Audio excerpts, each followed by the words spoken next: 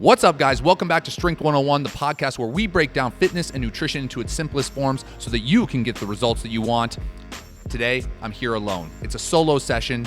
I'm just sitting here whispering sweet nothings into your ear because we're going to get tactical. I want to talk about some things that I think will be really actionable for you guys. The topic of today's podcast is 3 things that you don't know when you start lifting. If I had to go back and talk to myself when I was 22 years old and I was really first starting to get into the gym and actually wanting to put muscle mass on my body, these are the things that I would explain to myself. These are the things that I would teach myself. And I think that there's a lot of people out there that spend time going to the gym. They go to the gym 3 times a week, 4 times a week, 5 times a week, and they make these mistakes and they're always lacking in results. And I think a lot of us understand that frustration. And I think it's what keeps a lot of us out of the gym, honestly, is there's no guarantee that we're going to get the results that we want. Now, let me preface this. When I say results, I am a big believer that most of us just want to feel a little bit better in our shirts, look a little bit better naked, and that comes from putting muscle mass on your body. I'm a big believer that most people just want more muscle mass. They want that toned athletic look, and that usually doesn't come from losing a bunch of weight. It might come from losing some weight, but not usually from losing a bunch of weight or doing a bunch of cardio. It comes from lifting weights. And so if you're still a little bit intimidated to get into the gym because you don't know exactly what to do, this is going to be the podcast that tells you. So let's jump right into it. Trying to keep this bite-sized so that you guys can just listen to this and go straight into the gym and apply it. So the first thing that beginner lifters don't know about how to lift and how to put on muscle mass is what to do. That's probably the hardest thing about getting into the gym is you go in there, there's this gymtimidation effect. You look around and everybody's doing different stuff and you don't know which people know what they're doing and which people don't. You might even see people doing some ridiculous exercise, but they're huge. And you're like, am I supposed to do that to get that huge? And it's really confusing. And I think it keeps a lot of people stuck to certain machines and to the treadmill. So today I want to tell you what exactly you should do. If you want to put muscle mass on your body, you have to start with your biggest exercises. You want to think, in order to put muscle on my body, I have to get stronger. In order to get stronger, I have to at least challenge myself to pick up heavier weights. Now, you could apply what I just said to a small exercise like a leg lift out to your side like the Pilates people do, and it's likely not going to drive a huge butt onto somebody.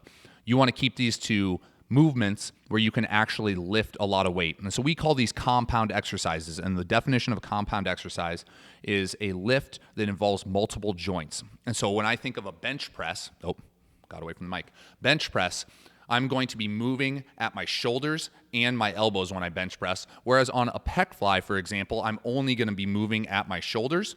And so one of those I can lift much heavier on. On a deadlift, I'm going to be moving at my knees and my hips and my ankles. On a squat, knees, hips, ankles. All these big exercises where you can lift a lot of weight are moving multiple joints. And that's always where you want to start. So your basics are this. You want to squat.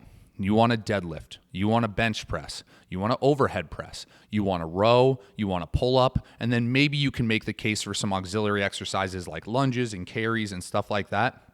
But don't overcomplicate things. There's a ton of exercises and machines at the gym that you can do that are big compound movements without ever having to get fancy about things. Now, when you go to do these exercises, you have one goal in mind. You want to get stronger at this. And so the first time that you go in, you may not feel amazing. You may not feel like you pushed around a bunch of weight. Don't judge yourself. The next time you go to do these exercises, you are going to try to push a little bit more or try to get a few extra reps. And that's the game the whole way through. If you stuck to that methodology for 6 months, a year, 2 years, 5 years, 10 years, you're going to get strong and you're going to have a lot of muscle mass on your body. Now, putting a little bit more detail to it, if I were a beginner going to the gym and it's my first time trying to put on muscle, then what I would do is pick anywhere between 3 to 5 big compound exercises. So I might do a bench press and a squat, and I might do some pull-ups that day or some rows. Maybe I'll do a little bit ab work at the end. That would be 5 exercises. Or I could just go in and I could squat and I could bench press and I could do some pull-ups. I would start with those 3 to 5 exercises and do 3 sets on each of those, just trying to lift as heavy as I can or do as many reps as possible with a weight. And if you can do that, go home and recover, come back 2 days later and do it again, then you're off to a great start. One thing to keep in mind when you're thinking about what to do, almost every single great body out there was built on the basics. Huge people, whether they took steroids or not, got all their muscle mass from getting way stronger at these basics. You may go to your gym and see a bodybuilder that's doing some strange exercises, trying to put some detail into some small muscle groups. Don't mimic that. You're not them. If you think of your body as a sculpture and you're trying to form it with clay, a bodybuilder who has massive amounts of muscle mass, they're in the detailing phase of that sculpture. Right now, you're still trying to form the body. And so you want to focus on the basics, start putting on as much muscle mass as possible, and there'll be time later for you to do weird little exercises that put detail into the muscles.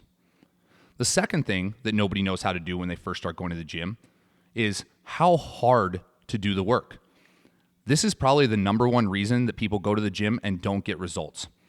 There are a lot of people out there that are going onto a bench press right now as I speak, and they are picking up a weight, and they could potentially do it. They have the capability of doing it for 15, 16 reps, and they are going to stop at 10 reps because that's how many they wrote down for themselves that they were going to do that day.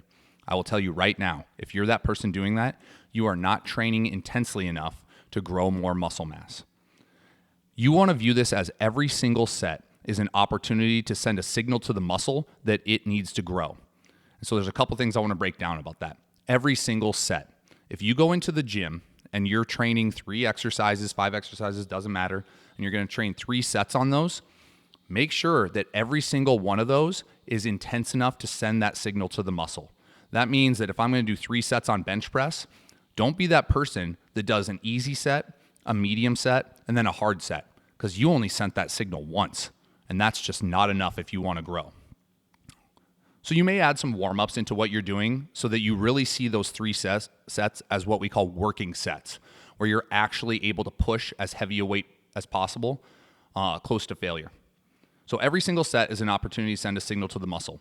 Well, what sends that signal to the muscle? How intensely should I go? Here's a framework that we teach our members, and the people who train like this day in, day out, we see much better results from than the people that do not. Here's our intensity framework.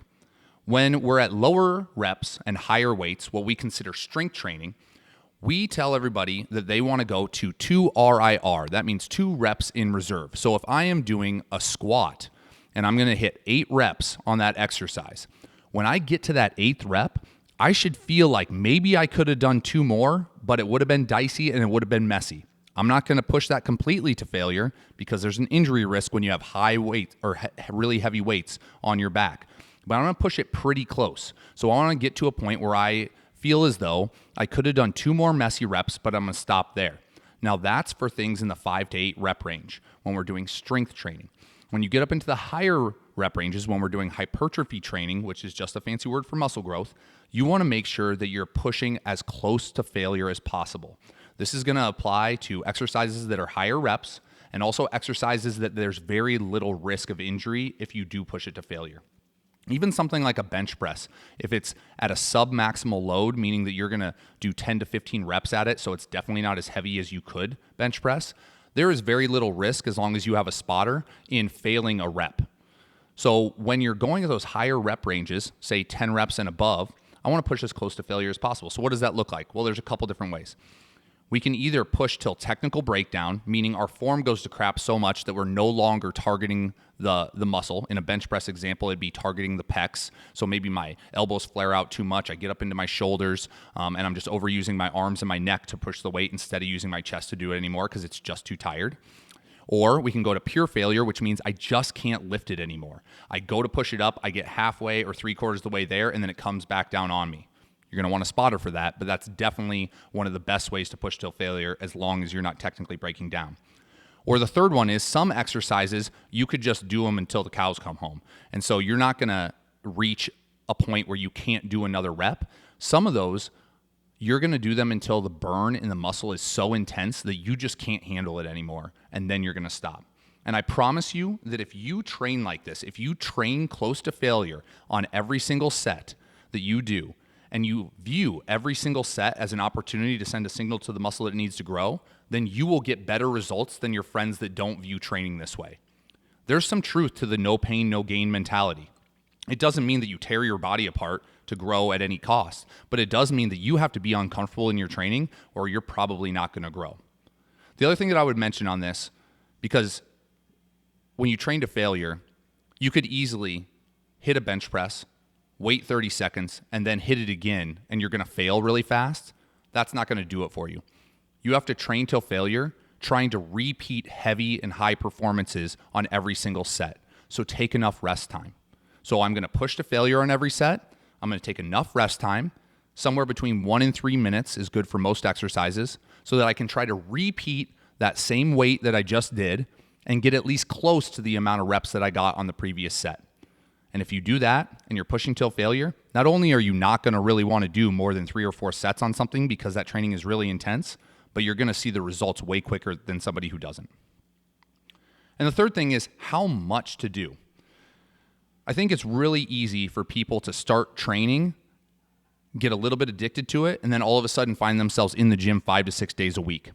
For most people, this is going to be too much. When you first start strength training, you can see results with 2 times a week. We recommend 3 times a week. You want enough recovery from your workouts so that every time that you step in the gym, it's about performance. It's about how hard can I push it, speaking back to that every single set being an opportunity to send a signal to the muscle.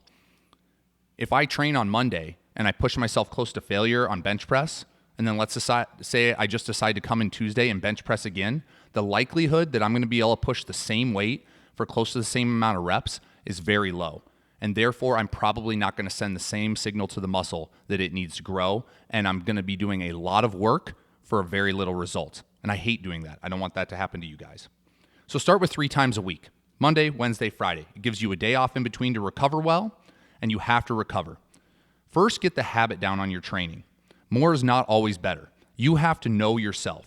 If you are a busy mom of 3 and you sleep 5 hours a night because your kids wake you up, and you also drink 2 glasses of wine every night because, well, you have 3 kids, you're just not going to recover as fast as the 22-year-old who lives by themselves, gets 8 hours of sleep a night, and has a job that's easy.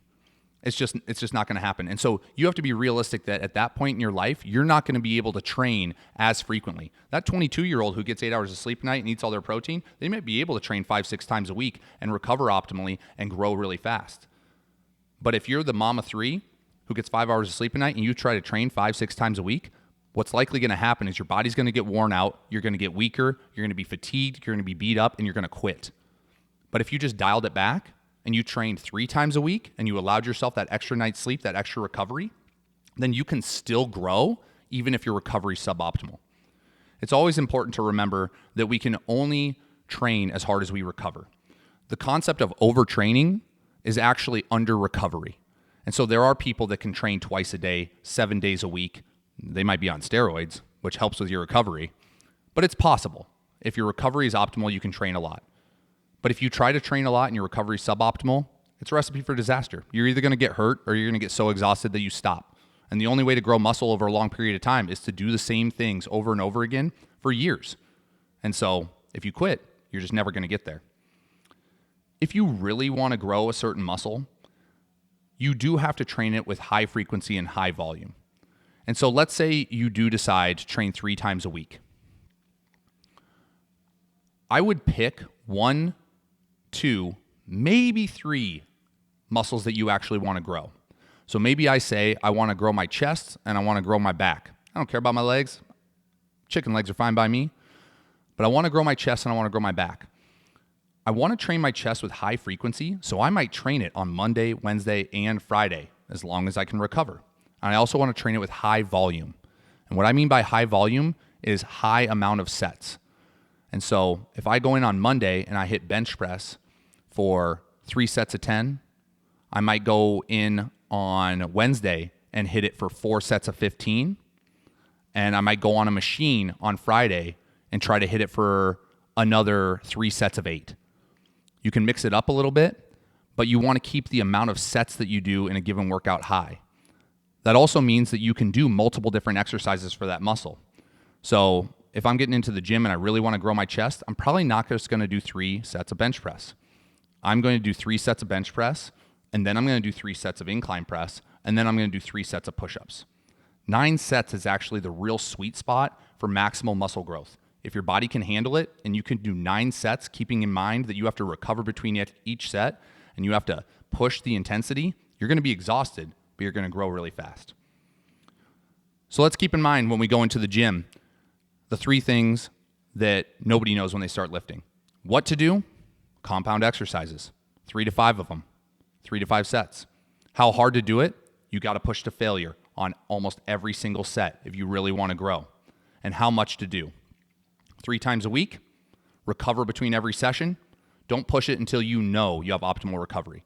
If you do those 3 things, if you fix those things, and I would ask yourself right now, am I actually training this way? Or is one of those things something that I'm missing? And I guarantee you're missing one of those. So if you're not getting results in the gym, change these 3 things, and I bet you're going to get better results in the mirror, and everybody else is going to notice too. That's Strength 101. Peace out.